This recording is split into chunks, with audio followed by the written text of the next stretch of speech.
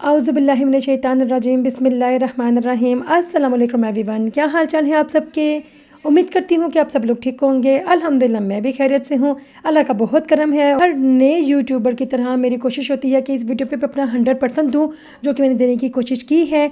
मैंने पहले भी अपने बताया था पिछली वीडियो में, जिसको आपने भी बहुत ज़्यादा प्यार दिया था, जहाँ पर मैंने अपने बताया था कि आप वह एक्सरसाइज के बगैर किस तरह से घर में आप छोटी छोटी चीज़ें करके तो अपना वज़न कम कर सकते हैं। और अभी मैं आपको ये अच्छी तरह से बताऊँगी विदाउट एनी डाइट। मैंने कोई डाइटिंग नहीं की, मैंने कोई अपने डाइट का केयरफुल नहीं रही। यस, केयरफुल रही हूँ, लेकिन इतना नहीं कि मैंने ये खाना ही नहीं है, ये मैंने छोड़ ही दिया है, दिस हो गया है, दैट हो गया है, ऐसा कुछ नहीं है। मैंने विदाउट एनी डाइटिंग मैंने किस तरह से अपना वज़न कम किया है, ये मैं आपको डिटेल में बताऊँगी, बहुत अच्छी तरह से समझाने की कोशिश करूँगी। बस कुछ ऐसे टिप्स हैं जिनको आपने फॉलो करना है और अपने पल्ले से बांध लेना है। जब आप उन टिप्स को आप अच्छी तरह से फॉलो करते रहेंगे ना, है ना, तो ऐसा हो ही नहीं सकता है कि आप अपना वज़न गेन कर सके। फ़िलहाल तो मैं बना रही हूँ, मुझे आइडिया नहीं है कि इसका मैं क्या नाम दूँ। कोई इसको कहते हैं कि ये हनी विंग्स हैं, मैं क्योंकि विंग्स भी फ्राई करूँगी। कोई कहती है लेमन चिकन है, कोई कहती है हनी चिकन है, अल्लाह जाने क्या है तो क्या नहीं है। कोई ड्राइड चिकन भी कहती हैं। येस, ओके जी। तो मैंने यही सब, जो आप चाहें तो इसका नाम दे दें। मैंने इसको मैरिनेट करके विंग्स को और बोनलेस चिकन को अच्छी तरह से मैरिनेशन कर दिया, जो मैं सीधे सीधे मसाले लगाए थे। लेकिन येस, मैं विनेगर बहुत ज़्यादा यूज़ करती हूँ। मीट इस तरह से ना बहुत सॉफ्ट हो जाता है, बहुत जल्दी गल जाता है। और साथ में मैं फ्राइड राइस बना रही हूँ अपने हस्बैंड के लिए। ओके, तो मैं साथ साथ आपको बताती चलती हूँ कि मैंने किस तरह से क्या क्या चीज़ों को फॉलो किया था और मैं किस तरह से अपना ना वज़न कम किया है, मैं आपको ज़रूर बताऊँगी। सबसे इंपॉर्टेंट बात तो ये है कि आप जो भी सुनती हैं ना, जिन लोगों ने करना होता है ना, वो करने के लिए बैठ जाती हैं, वो सुनते कम है और करके दिखाती हैं। मेरे पास ना कितने लोग मुझसे पूछते हैं, कितनी ज़्यादा मेरी फ्रेंड्स हैं, मेरी फैमिली में मेरी अपनी सिस्टर्स भी हैं, इतना पूछती हैं, हाँ ये करूँ वो करूँ। इतनी टिप्स मैं उनको देती हूँ अपनी स्किन के लिए, डाइट के लिए, पतले होने के लिए। हाँ, जहाँ जहाँ तक मुझे नॉलेज होता है ना, मैं देने की ज़रूर कोशिश करती हूँ, क्योंकि कहते हैं जितना आपके पास अच्छा नॉलेज है ना, किसी भी तरह का है, तो वो आप उसको स्प्रेड करें। तो देने की कोशिश करती हूँ दूसरों को, लेकिन जिन्होंने लेना होता है ना, वो लेते हैं, जिन्होंने नहीं लेना ना, क्योंकि ख्वाहिश तो हर एक चीज़ की होती है, हमें ये भी मिल जाए वो भी मिल जाए, लेकिन उसको उसके ख्वाहिश को पूरा करने के लिए तगो-दो करना, ये बहुत मुश्किल काम है और ये कोई कोई ही करता है। जैसे कि मैं चाहती हूँ, अगर सबसे पहली बात तो मैं ये कहती हूँ कि जैसे मैं चाहती हूँ, मुझे लगता है कि मेरे जैसे बहुत ज़्यादा ऐसी लड़कियाँ होंगी जो कि पतला होना चाहती होंगी, किसी दूसरे तीसरे के लिए नहीं।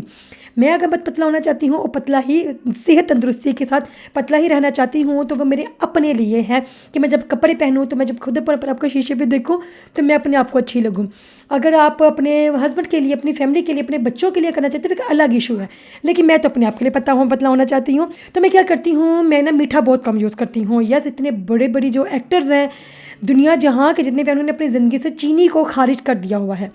मैंने भी चीनी यूज़ नहीं करती है। अगर चीनी कहीं पे यूज़ करनी पड़ ही जाती है, तो मैं ना अमेज़ोन से मैंने मंगवाई हुई है 0 कैलोरी वाली चीनी, मैं वो शुगर यूज़ करती हूँ। और वैसे हो भी जाता है कभी किसी वक्त मैं कुछ खा भी लेती हूँ, ऐसा नहीं है कि मैं बिल्कुल नहीं खाती है। लेकिन जो बहुत मेन चीज़ें हैं ना, वो ये हैं कि आपने डाइटिंग कोई नहीं करनी।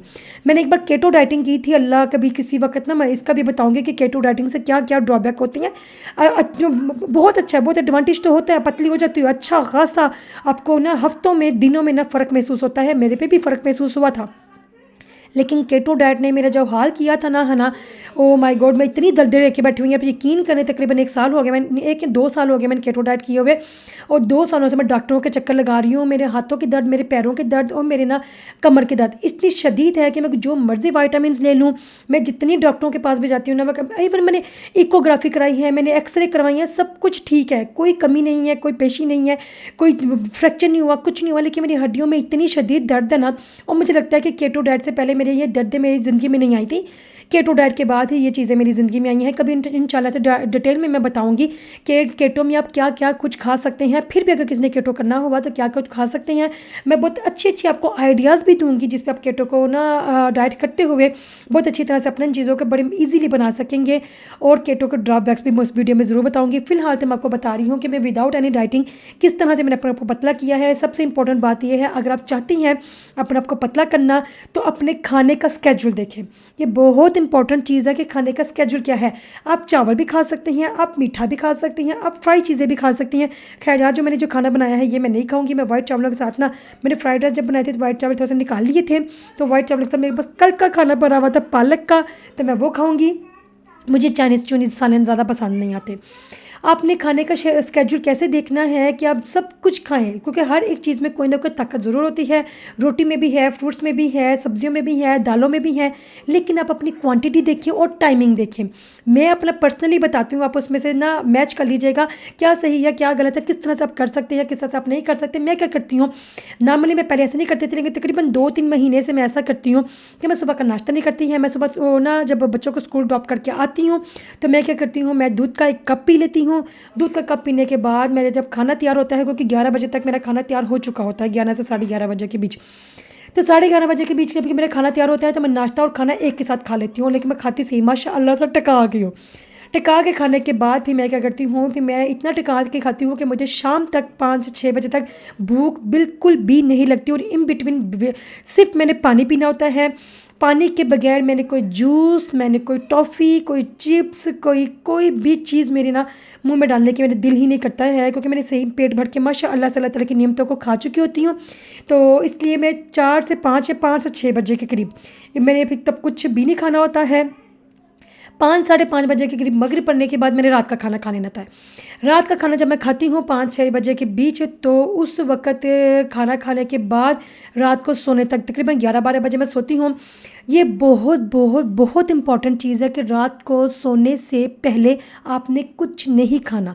मैं अपने बहुत करीबी रिश्तेदारों की बात करूँ, मेरी अपनी सगी बहनों की बात करूँ, अपने फैमिली फ्रेंड्स की बात करूँ या जिनकी भी बात करूँ, उन्होंने जो भी खाना खाया ना वो तो खाया, लेकिन रात को उनको जो 10-11 बजे की जो करीब जो क्रेविंग होती है ना, हाय हमने तो कुछ खाना ही खाना, दिल में हलचल मच गई है। आप एक बार अपने दिल को मचलाते हुए रोक लोगे ना, आपका दिल मचल मचल के जा रहा है कि मीठा खाना, नमकीन खाना, बड़ी क्रेविंग हो रही है। एक बार अपने मचले हुए दिल को संभाल लेंगे ना, है ना, तो दूसरे दिन भी अपने मचले हुए दिल को संभाल लें, आप यकीन करें तीसरे दिन आपका दिल नहीं मचलेगा। क्योंकि ये सिर्फ शुरू के 1 या 2 या मैक्सिमम 3 दिन की बात है। अपने दिल को अगर आपने संभाल लिया कि मैंने नहीं खाना, जितनी मर्जी भूख है, भूख लग रही है ना, 1 गिलास पानी पी लें, भर के गिलास पानी पी लें, है ना। दोबारा भी आपको 3 से चौथे दिन आपको कोई क्रेविंग नहीं होगी। रात को 10 बजे, 11 बजे, 12 बजे रात को सोने से पहले जब खाते हो, वो आप खाना नहीं खाते, वो चीज़ी नहीं खाते, वो बर्गर, शवारमा, पिज़्ज़ा नहीं खाते, वो आप जहर खा रहे होते हैं अपने जिस्म के लिए। क्योंकि मोटापा सिर्फ आपको ये नहीं कि आपको शीशे के आगे खड़े होंगे तो आप मोटापा है तो वो गंदा लग रहा है, कपड़े प्यारे नहीं लग रहे, मेकअप करते हुए प्यारे नहीं लग रहे, नहीं। मोटापा आपको सिर्फ बदा नहीं करता, मोटापे से सिर्फ बैड यू नहीं लगते हैं, मोटापे के साथ आप बीमारियां पाल रहे होते हैं। मोटापा इट्सेल्फ बहुत बड़ी बीमारी है।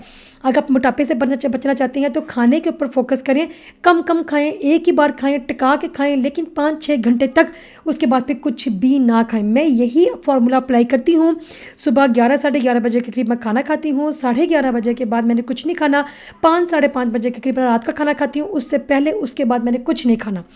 इन बिटवीन अगर आपका दिल कर भी रहा है खाने के साथ, आपका दिल कर रहा है नमकीन खाने का, मीठा खाने का, फ्रूट खाने का, केक खाने का, कुछ भी खाने का दिल करे, खाने के साथ ऐड कर लें, लेकिन प्लीज़ रात को सोने से पहले आप कुछ भी ना खाएं। तो इसके साथ ही फिर मैं चलती हूँ। अगर आपको मेरी वीडियो अच्छी लगी होगी तो ज़रूर मेरे चैनल को सब्सक्राइब कर दीजिएगा और कमेंट करके बताइएगा कि वीडियो कैसी लगी है। अपना बहुत ज़्यादा ख्याल रखिएगा। बहुत मेहनत करती हूँ हर एक की तरह, क्योंकि हर मेहनत करने वालों को अल्लाह ताला पसंद करता है। आप भी करेंगे तो अपना ख्याल रखिएगा, दुआ में याद रखिएगा, कमेंट करना, सब्सक्राइब करना ना भूलिएगा। अल्लाह हाफिज़।